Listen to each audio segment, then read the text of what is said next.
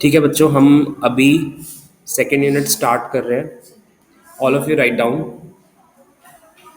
Topic है lattice vibration.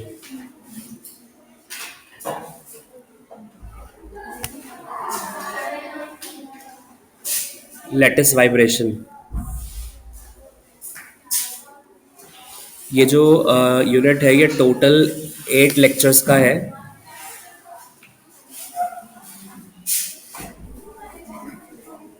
बच्चों, मुझे ना लेट आने वाले बच्चे बिल्कुल पसंद नहीं है। मैं आज तो अलाउ कर रहा हूँ, मैं नेक्स्ट टाइम से बिल्कुल वापस भेज दूँगा। ठीक है, फर्स्ट एंड लास्ट वार्निंग है।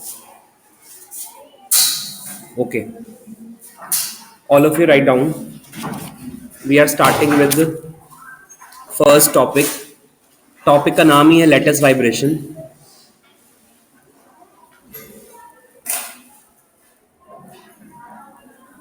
लेटिस वाइब्रेशन बच्चों, हम एक बात हम समझते हैं दैट कोई भी जो क्रिस्टल होता है उसमें एटम्स प्रेजेंट होते हैं, और वो जो एटम्स होते हैं वो अपनी साइट पे फिक्स होते हैं, मूव नहीं कर सकते।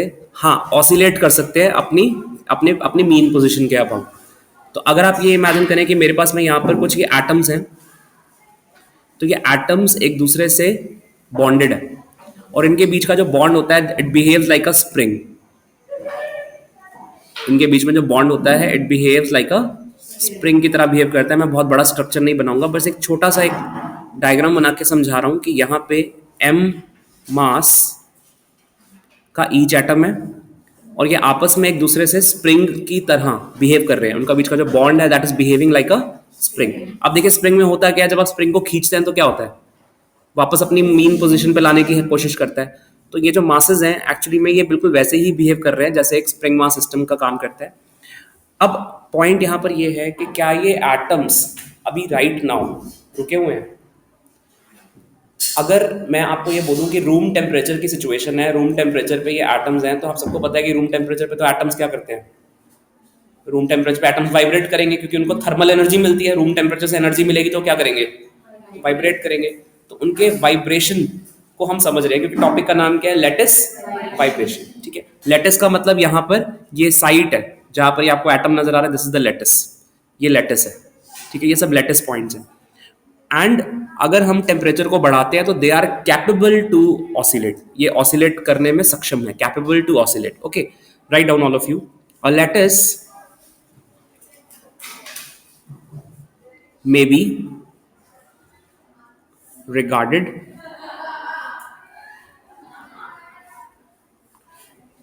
as a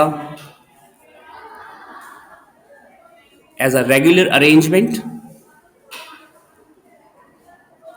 of atoms, regular arrangement of atoms which are joined together, which are joined together, full stop. The motion of any single atom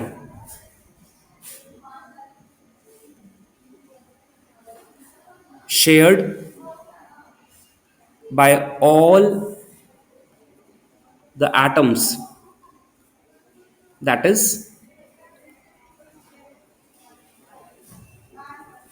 the motion of atoms is coupled.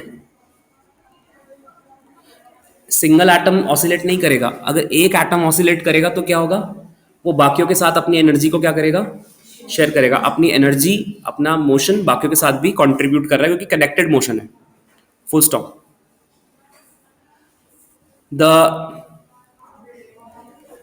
The lattice may vibrate freely. The lattice may vibrate freely in its normal modes due to its internal energy.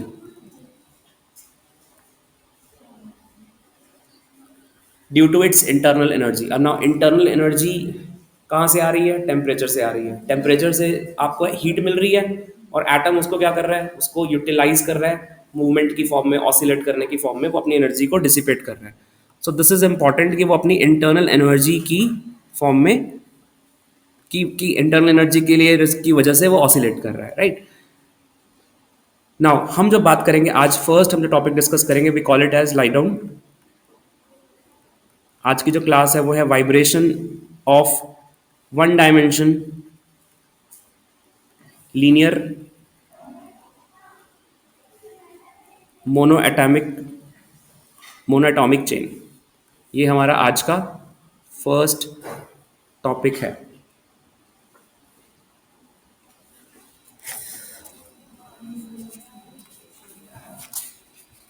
ऊपर वाला note कर लिया था? Vibration of one dimension linear monoatomic chain. हम imagine करते हैं हमारे पास में ये एटम्स हैं।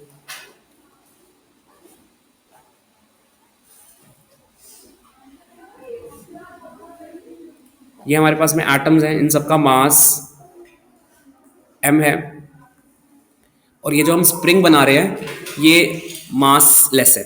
मतलब हम ये जो बॉन्ड एज्यूम कर रहे हैं ऑब्वियसली होता भी ऐसे ही है कि सारा मास जो होता है वो लैटिस पे कंसंट्रेटेड होगा, बीच में नहीं होगा, तो springs are assumed to be massless. ठीक है। अब आप इमेजिन करिए कि जो फर्स्ट एटम है, आपको ये जो आपको एटम नजर आ रहा है, लेट्स से ये nth एटम है, ये आपका n प्लस वनथ एटम है, ये आपका n माइनस वनथ एटम है। तो जब वाइब्रेशन होगा तो ये एटम लेट से यहाँ आ जाता है।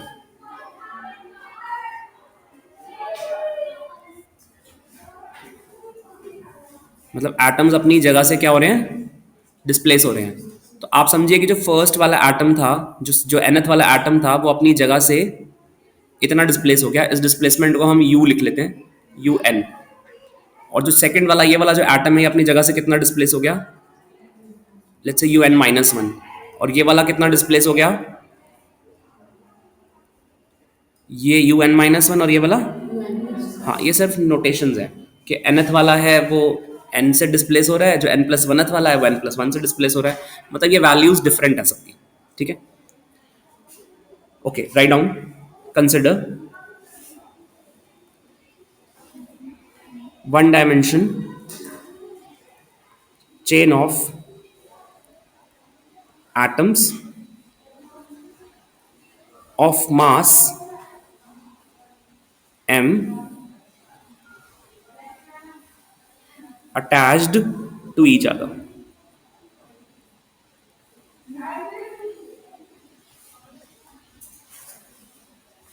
by massless springs with the spring constant, with the spring constant k यहाँ पर स्प्रिंग कांस्टेंट है। अच्छा, ये भी एज्यूम कर लेते हैं कि दोनों एटम्स के बीच में ये जो डिस्टेंस है ये a है। मतलब हमने ये एज्यूम कर लिया है, let a is the inter atomic spacing. Inter atomic spacing का मतलब है दो एटम्स के बीच का स्पेसिंग हो गया। Then the displacement, then the displacement, थोड़ा ऊपर कर दूंगा ना, आई थिंक आपको नजर नहीं आ रहा होगा, मुझे कैसा लग रहा है। Then the displacement of nth comma n minus oneth and n plus oneth atoms are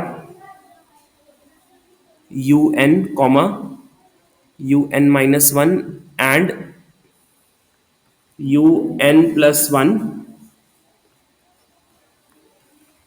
from their mean positions respectively.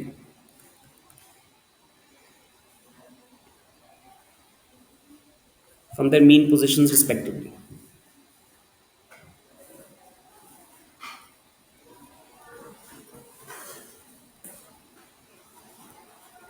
बीच में थोड़ा सा वो है ना, ब्रेक है ना. Assume the springs, assume the springs are ideal. मान लेते हैं स्प्रिंग्स आइडियल है. देन दे ओबे, दे ओबे हुक्स लॉ. कोई भी स्प्रिंग अगर आइडियल स्प्रिंग होता है तो वो इस इक्वेशन को फॉलो करता है, F equal to minus k x, where के क्या है? यस, के इज द स्प्रिंग कांस्टेंट. और एक्स यहाँ पर क्या होता है? ओके, एक्स यहाँ पर डिस्प्लेसमेंट होता है, पर हम तो डिस्प्लेसमेंट को यू लिख रहे हैं, तो instead of writing x I am writing, यहाँ पर यू मेंशन कर देते हैं. I am writing u. And minus is for restoring force. So basically हम simple F equal to magnitude में बात कर रहे हैं, तो F equal to k x मान लेते हैं. This is the equation which we know. ठीक है. अब एक काम करते हैं, हम मान लेते हैं हम किसी nth एटम की पोजीशन पे कैलकुलेशन कर रहे हैं. मान लीजिए for nth atom which is, किससे अटैच है nth atom? Which is attach to, एक तो n माइनस वनथ एंड दोनों से ही अटैच है. तो अगर आपका सेंटर वाला एटम, ध्यान से समझिएगा इसको मैं हाईलाइट कर रहा हूं, अगर ये वाला एटम अपनी जगह से हिला तो उसके जो एडजेसेंट एटम्स हैं, जो लेफ्ट राइट में एटम्स हैं, वो ऑपोजिट डायरेक्शन में फोर्स लगाएंगे, क्योंकि दोनों अपनी अपनी तरफ खींचेंगे, क्योंकि दोनों तरफ स्प्रिंग है. तो इसका मतलब ये हुआ कि हमें दो ऑपोजिट फोर्सेस देखनी पड़ेंगी. ठीक है. देखिए,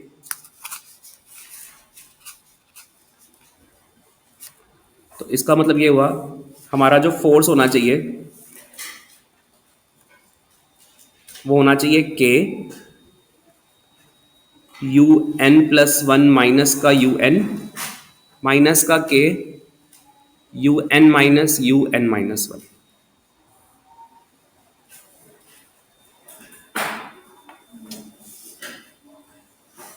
जो सेंटर वाला एटम है उस पर एक फोर्स इधर लग रहा है, एक फोर्स इधर लग रहा है, दो फोर्स लग रहे हैं.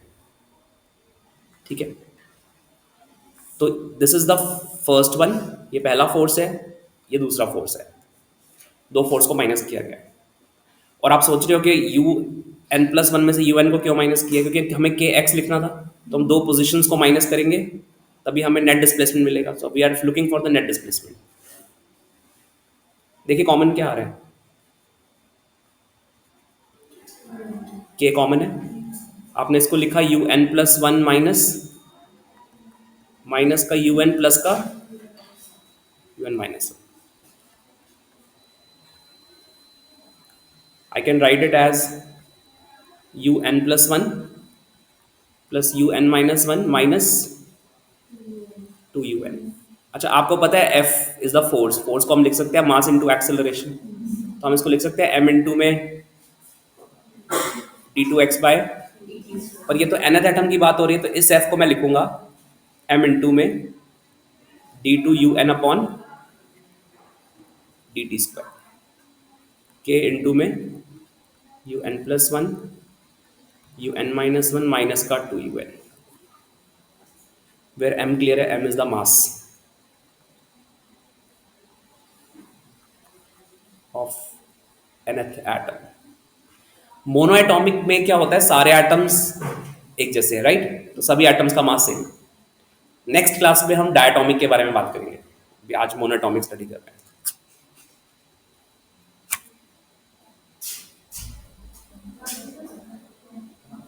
बोलो, बैठो.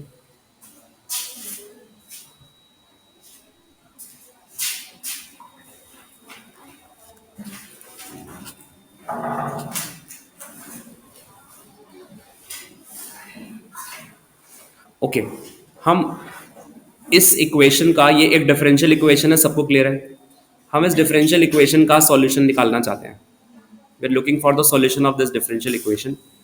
और अगर आपको थोड़ा सा भी पुराना याद हो तो आपने एक बात पढ़ी होगी, एफ इज इक्वल टू जब के एक्स होता है, या फिर F equal to m into में आप क्या लिखते हो, डी टू एक्स बाय आप इसका सॉल्यूशन याद करिए, क्या लेते थे? A e to the power iota omega t minus k x, या फिर आप ये भी ले सकते थे A sine omega t minus k x, आप ले सकते थे इसका general solution. So we are looking for the general solution, तो कुछ उसी सॉर्ट ऑफ टाइप का होना चाहिए। लिखिए let the general solution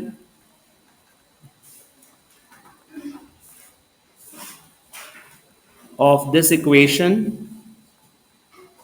general solution of this equation is un is equal to u naught e to the power iota omega t minus k into में x होता है। बच्चों यहां पर हर एक एटम की जो पोजीशन है वो अलग है। आप देखिए आपके पास में x एक्सिस है, मान लीजिए यहां पे x आपका 0 है, ठीक है। यहां पर एक एटम है, उसकी पोजीशन क्या होगी? a। यहां पर एटम की पोजीशन क्या होगी? 2a। यहां पे एटम की पोजीशन क्या होगी? 3a। और हम तो nth एटम की बात कर रहे हैं, तो nth एटम की पोजीशन क्या होगी? तो वहां पे उसका x इक्वल टू na होगा, तो आई विल राइट na।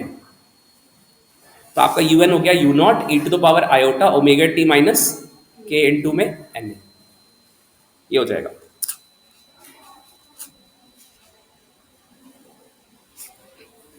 ये हमारी इक्वेशन का, ये हमारे जो हमने डिफरेंशियल इक्वेशन बनाई है, ये उसका जनरल सॉल्यूशन है। अब ये इसका सॉल्यूशन हम बोल रहे हैं, तो क्या ये अपनी इक्वेशन को सेटिस्फाई करना चाहिए? इसको आप डिफरेंशिएट कर दो 2 बार, पहले 1 बार करो,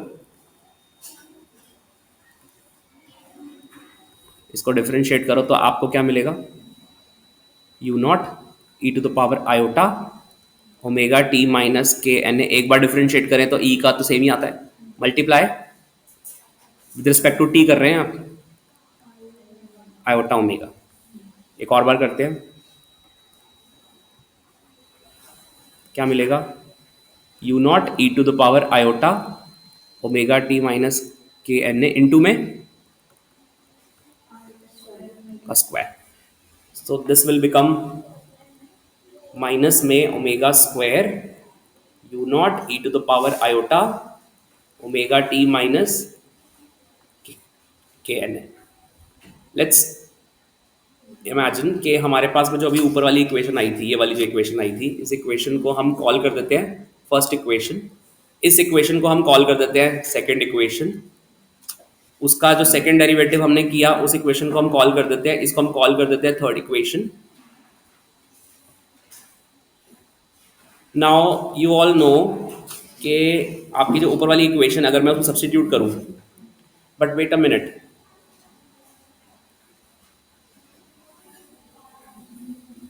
आपके पास में ये जो इक्वेशन आई थी ये वाली, अगर मैं इस इक्वेशन में nth एटम के लिए ऐसा लिख रहा हूं, तो मुझे बताइए n+1 के लिए क्या लिखेंगे? u not e to the power iota omega t minus k n+1a। Good, ये हो जाएगा, ठीक है। और un-1 के लिए आयोटा ओमेगा टी माइनस के n-1। गुड। तो आई थिंक हमें पता चल गया कि हम इसकी जगह पे, इसकी जगह पे और इसकी जगह पे क्या पुट करने वाले हैं। और ऑल्सो हमें ये भी पता है, तो हमारे पास सारी वैल्यूज हम सब्स्टिट्यूट करते हैं और देखते हैं हमें क्या मिलता है। ओके, तो थोड़ा मुश्किल है सारा कुछ एक ही फ्रेम में लाना, तो मैंने ऊपर स्क्रॉल कर दिया। दोबारा लिख लेते हैं इक्वेशन। हम इसे पुट कर रहे हैं un comma un-1 comma un+1 and d two un, यहाँ पे un है, over d t square in equation number 1 थी इक्वेशन हमारी, वी गेट, लेट्स सी हमें क्या मिलता है। वहाँ पर लिखा था सबसे पहले हमारे पास में मास था, तो हमने मास लिख दिया। उसके बाद हमारे पास बचेगा माइनस का omega square u not e to the power iota omega t minus k n a, ये मिला हमें, इक्वल टू के ब्रैकेट पहले था un+1, तो आप लिखेंगे u not e to the power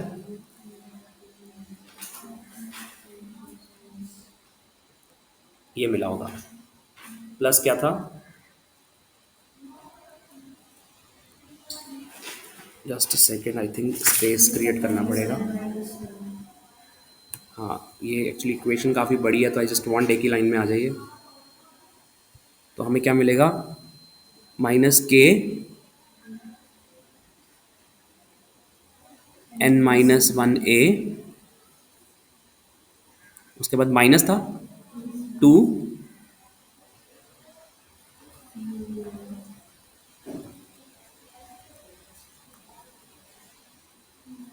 check करो कुछ एरर हो तो बताओ। यू नॉट भी होगा, ये 2 u0 था। आई कैन सी u0 जो है वो सब में है, तो वो कैंसिल हो जाएगा।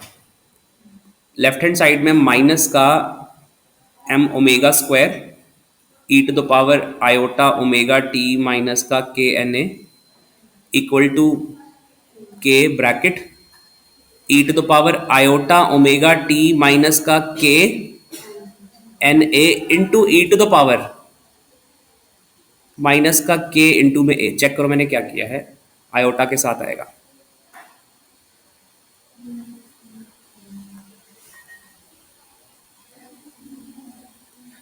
देखो इसको, देखो यहाँ पर आप इस जो मैंने ब्लू से हाईलाइट करो इसको ऑब्जर्व करो। इसमें ऊपर लिखा हुआ है के एन प्लस वन भी तो है ना, तो ये जो प्लस वन है तो ये क्या हो जाएगा? के एन प्लस के हो जाएगा। और ए से मल्टीप्लाई करोगे तो के एन ए ये, और इनटू में क्या आएगा? माइनस का के, इसको अलग कर दिया मैंने, इसको सेपरेट कर दिया।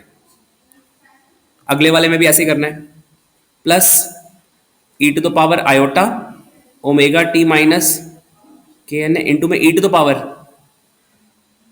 Plus iota k a minus 2 e to the power iota omega t minus k n. पता है मैं ऐसा क्यों कर रहा हूँ? Why I am doing this? मेरे को पता है कि ये वाली टर्म जो मैं येलो से हाईलाइट कर रहा हूँ, ये टर्म सब में है और इवन राइट साइड पे भी है। So at least I can remove this term.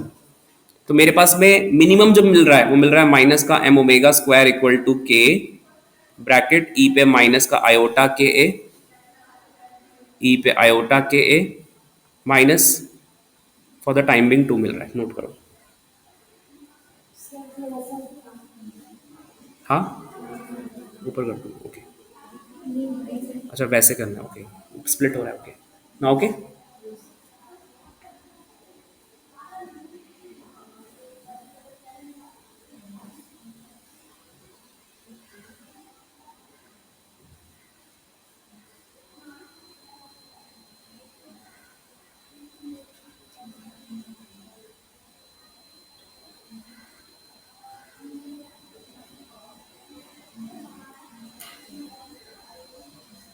ये लेक्चर रिकॉर्ड हो रहा है, ये गूगल ड्राइव पे रख दूंगा इसको मैं, आप देख सकते हो बाद में। यहाँ तक आ गया सबको समझ में? ठीक है,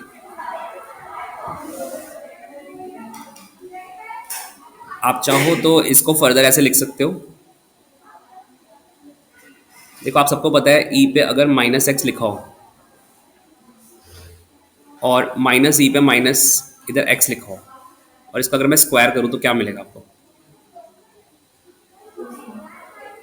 इस पे एक्स बाय 2 कर देते हैं, चलो अब बताओ क्या मिलेगा? ए माइनस बी का होल स्क्वायर खोलो तो क्या मिलेगा? ई पे माइनस एक्स, ई पे एक्स, टू ए बी होगा ना, ए और बी तो पावर माइनस में, चेक करो। समझ में आ रहा है? Can we do this? तो दैट मीन्स हम इसको ऐसे लिख सकते हैं, माइनस का m omega square equal to k, हम इसे ब्रैकेट में लिख सकते हैं ई पे लेट्स से माइनस का iota k a by 2 minus e पे minus plus iota k a by 2 का whole square. Can we do this? आराम से देखो, ए माइनस बी का होल स्क्वायर खोलो, देखो you will get back that.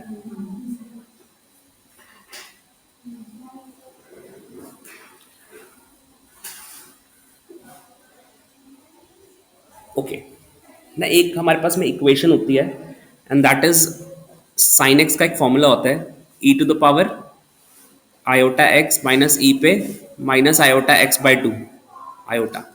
Note this formula. ये this is identity. ठीक है, note this identity. So can we write like this minus का m omega square equal to k. हम इसको लिख सकते हैं, ये टू आयोटा इससे मल्टीप्लाई होगा तो ये क्या बनेगा, टू आयोटा साइन एक्स बनेगा. हाँ, ऐसे होना चाहिए था. तो ये क्या बना, फोर ऊपर आना चाहिए था,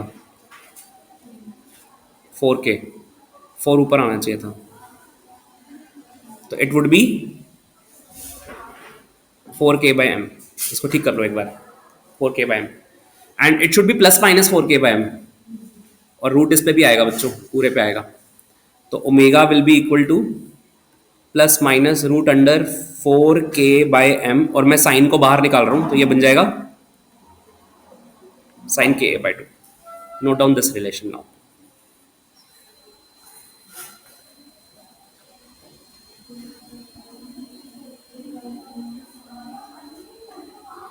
नाउ इट इज ओके. बच्चों कोई भी रिलेशन जो फ्रीक्वेंसी में कोई रिलेशन जो फ्रीक्वेंसी में और वेवलेंथ में होता है, उस रिलेशन को बोलते हैं डिस्पर्शन रिलेशन. आप देखो यहां पर ये जो k है, ये जो k है इसकी वैल्यू होती है टू पाई बाय लैम्डा. और जो ये ओमेगा होता है ये क्या होता है, टू पाई इंटू न्यू. तो जो ये एक्चुअली देखा जाए तो फ्रीक्वेंसी में और वेवलेंथ में रिलेशन है. This relation is known as this relation is called dispersion relation.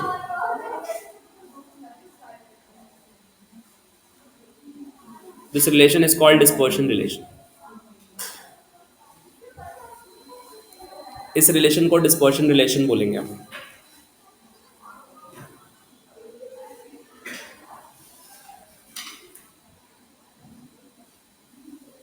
तो मोनोएटॉमिक लैटिस वाइब्रेशन में एटम्स क्या कर रहे हैं, वाइब्रेट कर रहे हैं. और उनकी जो वाइब्रेशन की जो फ्रीक्वेंसी है वो ये है. ठीक है, एटम्स वाइब्रेट कर रहे हैं, उनकी फ्रीक्वेंसी ऑफ वाइब्रेशन ये है. नाउ यहां पर कुछ स्पेशल केसेस हैं, राइट डाउन. एक छोटी सी बात आप नोट कर लो उससे पहले. इसकी एक अनदर फॉर्म है, ये लिख लेना सब बच्चे.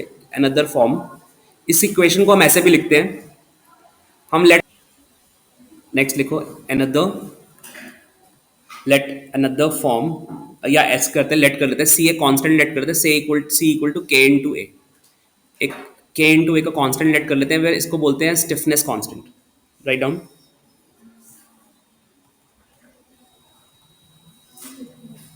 इसको स्टिफनेस कांस्टेंट कहते हैं, सी इज इक्वल टू.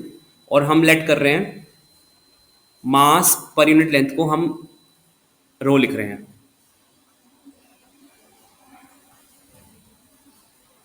एंड सुनो, लेंथ जो है ना वो यहाँ पर ए थी, एल मैंने बता दिया मास पर यूनिट लेंथ, तो एम बाई ए लिख देंगे. आपके पास जो फॉर्मूला आया था वो ओमेगा क्या आया था, under root four k by M. अब आप इसमें ऐसा करो, यहाँ से फर्स्ट वाले से आप यहाँ से सी के निकालो, कितना आएगा, सी अपॉन ए.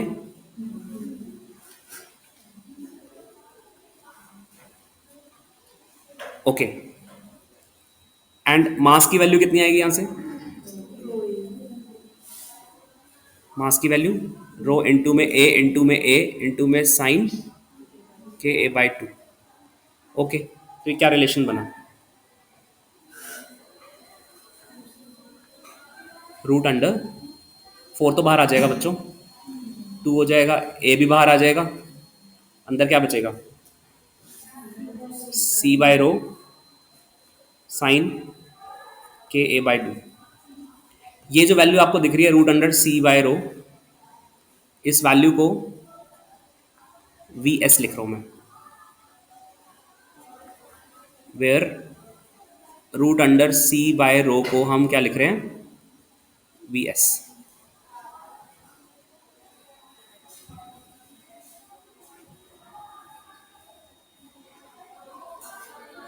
तो sometimes in some of the books you will see ऐसे लिखा हुआ भी आपको मिलता है। अब आप थोड़ा सा, अगर आप बेसिक बैकग्राउंड में पढ़ के आते तो आपको याद होता कि ये जो वी एस लिखा है ये साउंड का वेलोसिटी का फॉर्मूला है। Root under bulk modulus upon में density of the medium, if you remember class 11th में पढ़ा था आपने, इसीलिए आप इसको वी एस लिख रहे हो। ठीक है, under root c by bulk where c modulus of elasticity, stiffness constant, stiffness elasticity को बताता है ना। ठीक है, अब इसमें हम केसेस बना लेते हैं। चलिए अब स्टार्ट कर लेते हैं स्पेशल केसेस।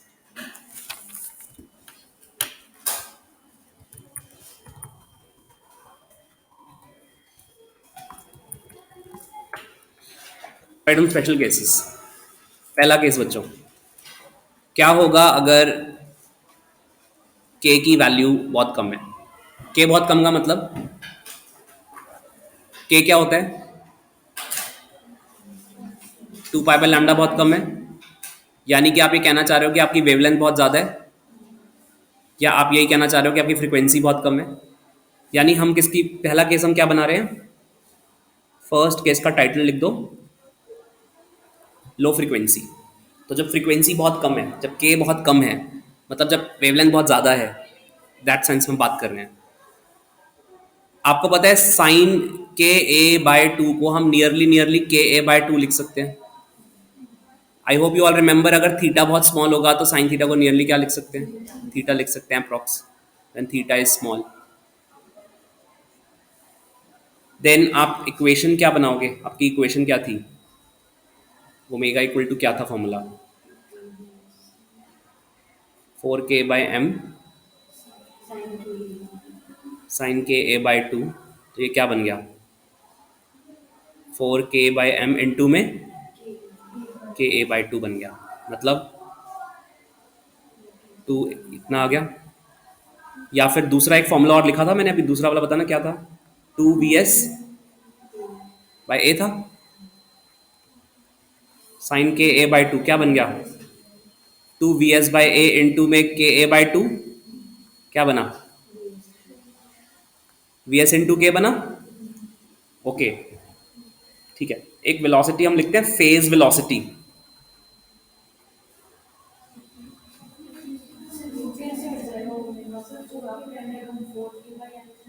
क्या, ये तो कैंसिल हो गया ना, अच्छा ये वाला,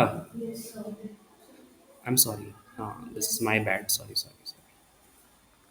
ये कितना हो जाएगा, इनफैक्ट आपको फिर इसको अंदर लेके जाना पड़ेगा, इसको होल के अंदर रूट लेके जा रहा हूँ मैं इसको। या फिर आप ऐसा करो 4 को रूट से बाहर निकाल लो बस, तो वो 2 कैंसिल हो जाएगा। सो रूट में k/m, लेकिन एक के बाहर ही रह जाएगा बच्चों, फिर आप यू नीड टू राइट के ए रूट में k/m। चेक करो आप, ठीक है, के ए मैंने नहीं छेड़ा, बाहर ही रखा हुआ है। या फिर अगर आप अंदर लेके जाओगे तो क्या बन जाएगा, k³ हो जाएगा। बाय द वे हमें सेकंड फॉर्म में ही करना है वैसे भी वर्क। ओमेगा किसके इक्वल है, वी एस इंटू में के। अच्छा, फेज वेलोसिटी क्या होती है, कभी पढ़ा है फेज वेलोसिटी, कभी,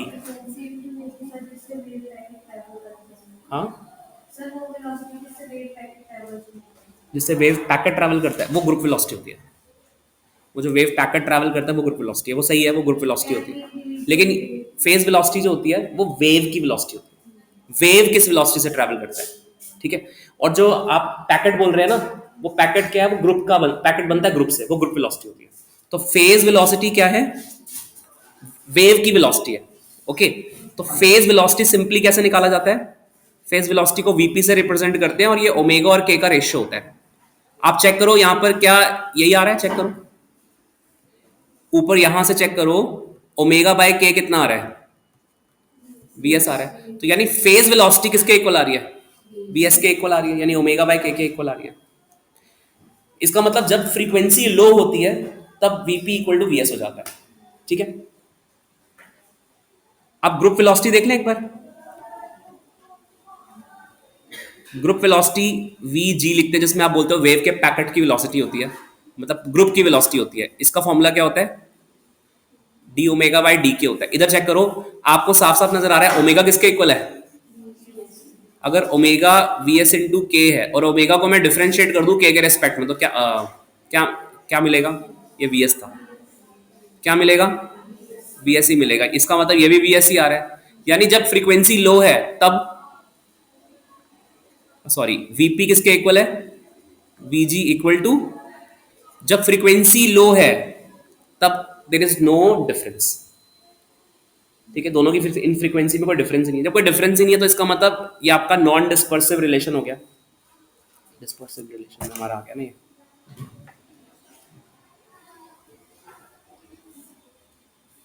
दूसरा केस डिस्कस करते हैं। ये तो हमारा हो गया ना।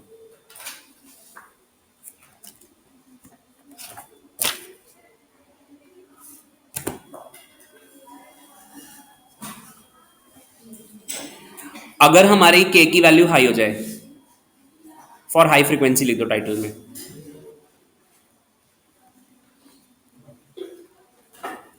अगर फ्रीक्वेंसी हाई हो जाएगी तो sign k a by to को आप के ए बाय टू तो नहीं लिख सकते ना अब। इसका मतलब ये हुआ कि omega will be equal to, क्या था फॉर्मूला वो जो हमने पहले लिखा था? नहीं, वो रूट वाला नहीं लिखना, सीधा लिखते हैं two v s by a into में क्या था, तो मतलब आपको यही रखना पड़ेगा, यानी this will remain as it is. आप अप्रोक्सीमेट कर ही नहीं सकते। अब आप इसको ग्राफ पे प्लॉट करके देखिए, दोनों को प्लॉट करके देखते हैं चलो। लेकिन उससे पहले एक बार आप फेज वेलोसिटी भी देख लीजिए। फेज वेलोसिटी क्या थी? ओमेगा बाय के थी। ओमेगा कितना है? टू वी एस बाय ए, और के नीचे ये वाला, ये के यहाँ पे आ गया एज इट इज, इंटू में sine k a by two. ये आपकी फेज वेलोसिटी है। और ग्रुप वेलोसिटी, ग्रुप वेलोसिटी होती है d omega over d k. Let's differentiate this. किसको डिफरेंशिएट करेंगे? इसको करिए जरा एक बार differentiate. D omega by d k कितना आएगा? Two as it is, v s as it is, a as it is, sine का derivative cos k a by two into a by two. Good, a से a cut गया, two से two cut गया, क्या मिला? Now you all can check, v p is not equal to v s, is not equal to v g. They all are different.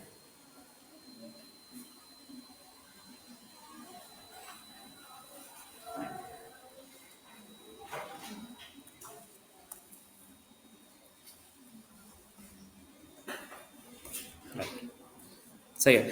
आप एक बात यहां नोट कर लेना,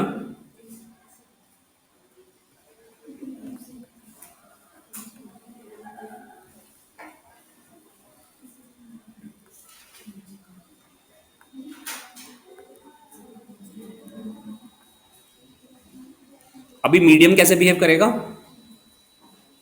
डिस्पर्सिव की तरह बिहेव करेगा। ऊपर मैंने आपको क्या बताया था, मीडियम कैसे बिहेव कर रहा है? ऊपर वाले में मीडियम कैसे बिहेव कर रहा है? नॉन डिस्पर्सिव की तरह बिहेव कर रहा है।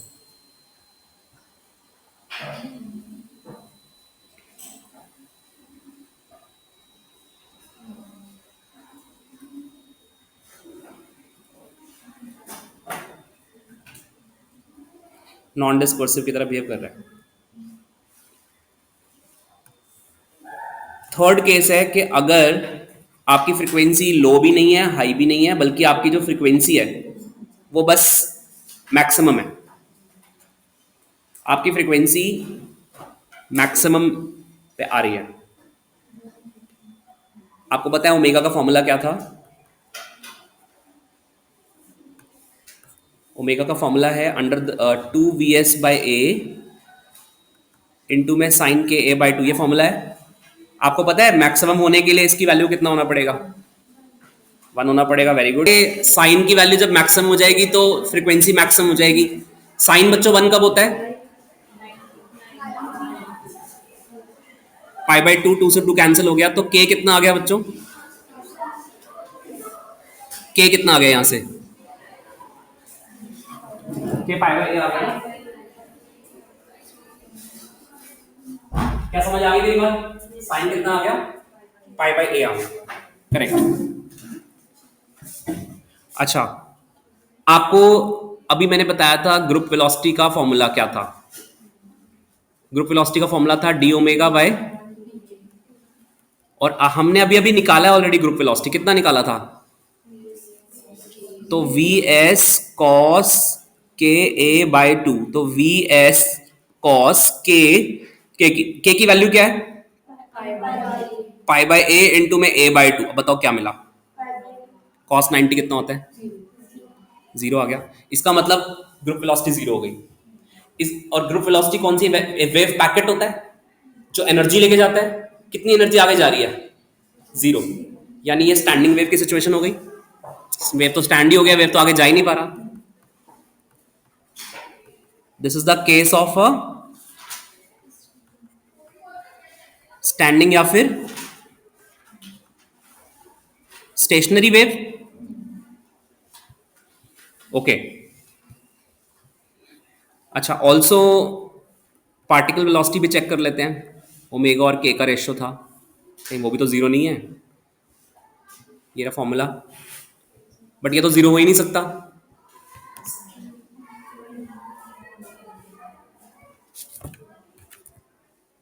चेक करो, ये हो जाएगा 2vs अपॉन में a। के की वैल्यू कितनी है? और ये कितना था? ये 1 था। यस, तो क्या मिला? 2vs by pi which is not equal to zero. इसका मतलब ये हुआ कि पार्टिकल वेलोसिटी है, पार्टिकल कह रहा हूं, फेज वेलोसिटी है, फेज वेलोसिटी है, लेकिन ग्रुप वेलोसिटी नहीं है। मतलब वेव आपका आपका एनर्जी लेके जाएगा ही नहीं, राइट? इससे बियॉन्ड। हम्म,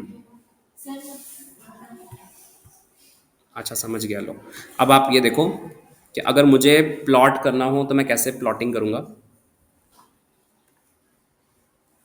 यहां पर हम ओमेगा रख रहे हैं, इधर हम के रख रहे हैं, नेगेटिव डायरेक्शन में हम माइनस का के रख रहे हैं। अब आप यहां चेक करिए कि सबसे पहले क्या हुआ था। जब सबसे पहले लो फ्रीक्वेंसी था तब क्या हुआ था? लो फ्रीक्वेंसी पे लीनियर रिलेशन था,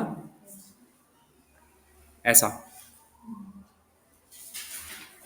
थोड़ा सा मैं स्लो बढ़ा रहा हूँ, रुक जाओ 1 मिनट के लिए। ये बच्चों लो फ्रीक्वेंसी पे था, डॉटेड करके बना रहा हूँ, ठीक है? जब लो फ्रीक्वेंसी होगा रिलेशन ऐसा जाएगा, और अदरवाइज कैसे था? ऐसे। साइन का वेव कैसा बनता है? ऐसे ही बनेगा ना, लाइक दिस। और ये हमारा जो पॉइंट है, ये हमारा क्या है? पाई बाय ए। इस पॉइंट पे फ्रीक्वेंसी क्या हो जाती है? Look at this point, minus का पाई बाय ए। इस पॉइंट पे फ्रीक्वेंसी क्या हो रही थी हमारी? मैक्सिमम हो रही थी ना? मैक्सिमम फ्रीक्वेंसी कितनी थी हमारी? 4k/m था ना? 4k/m ही था, क्योंकि आपको पता है ना वी का ओमेगा का फॉर्मूला क्या है बच्चों? 4k/m sign k a by 2। तो जब ये 1 हो गया तो क्या मिला? तो ये मैक्सिमम फ्रीक्वेंसी है हमारी। तो मैक्सिमम फ्रीक्वेंसी पे आपको ये ग्राफ ऐसा नजर आएगा, यू लेफ्ट। और बच्चों ये जो जोन होता है, इस वाले जोन को बोलते हैं ब्रिलॉइन जोन, ठीक है? फर्स्ट ब्रिलॉइन जोन बोलते हैं इसको।